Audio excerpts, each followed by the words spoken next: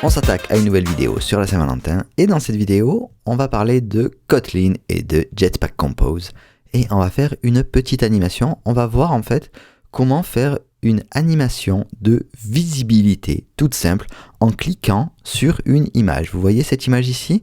Quand on va cliquer dessus, on va avoir le petit texte qui va apparaître dessous, I love you. Et si on appuie dessus, elle se referme. Ok? Donc voilà, c'est pour faire une animation de visibilité, ça peut vous servir à plein de choses, à la Saint-Valentin ou à autre chose.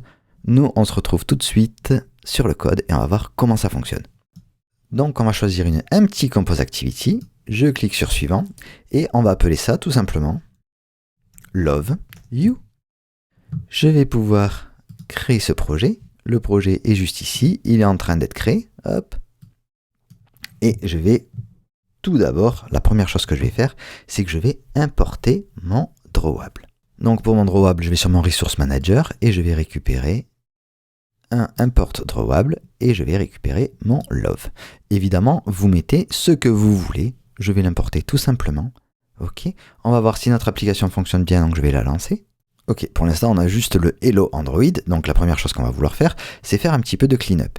Dans mon fun greeting, on va garder le nom de cette composable, on ne va pas vouloir de paramètres et je ne vais pas vouloir ce texte.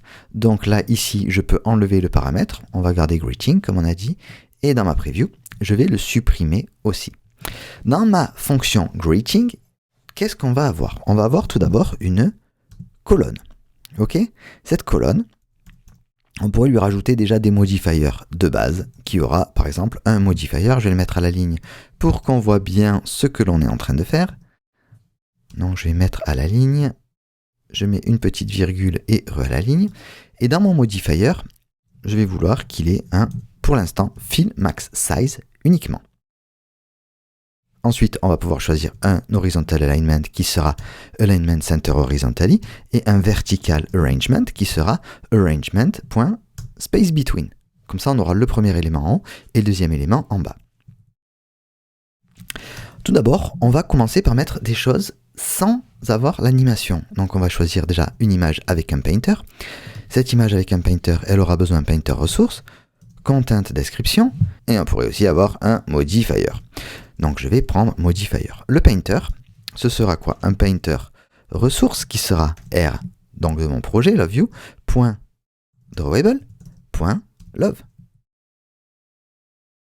Ok? Ensuite, on a une content description, j'en veux pas, donc je la mets sur nul. Et enfin, on va avoir un modifier.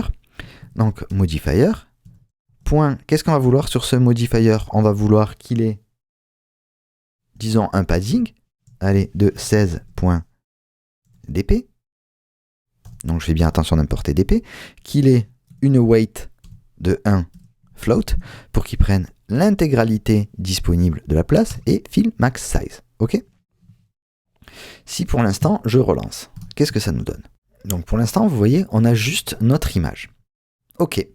Donc je vais pouvoir aussi lui rajouter un texte dans cette colonne.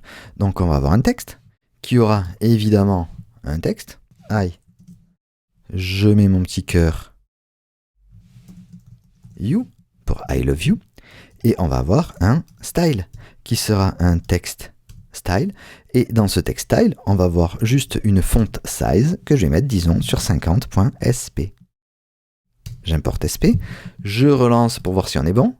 Ok, on est bon, on a ceci et maintenant on va voir comment on peut faire cette animation. Alors pour cette animation, il va falloir que j'ai une variable qui soit modifiable, donc une var que je vais appeler show love, qui sera by remember. Et là, qu'est-ce qu'on va voir? On va avoir un mutable state of et false. Pour l'instant, je vais vouloir qu'elle ne soit pas montrée. Je vais devoir importer la getValue ainsi que la setValue pour pas qu'on ait d'erreur. Ok? Du coup, ici, mon texte, ce sera un visibility, donc animated visibility, avec un visible selon un booléen.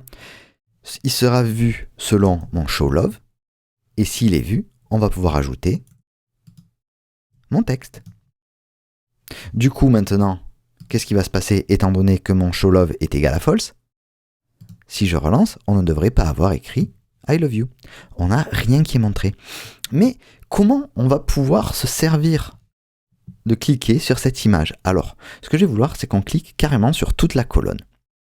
Je vais donc aller dans mon modifier de ma colonne, et ici, je vais faire un point, et je vais faire cliquable. Mais attention, il y a plusieurs cliquables qui sont disponibles. Il y a le cliquable avec le interaction source, le cliquable enabled, ou le cliquable sans rien. Moi, je vais le vouloir avec interaction source et indication. Ça, on le verra un petit peu plus tard, pourquoi j'ai choisi celui-là.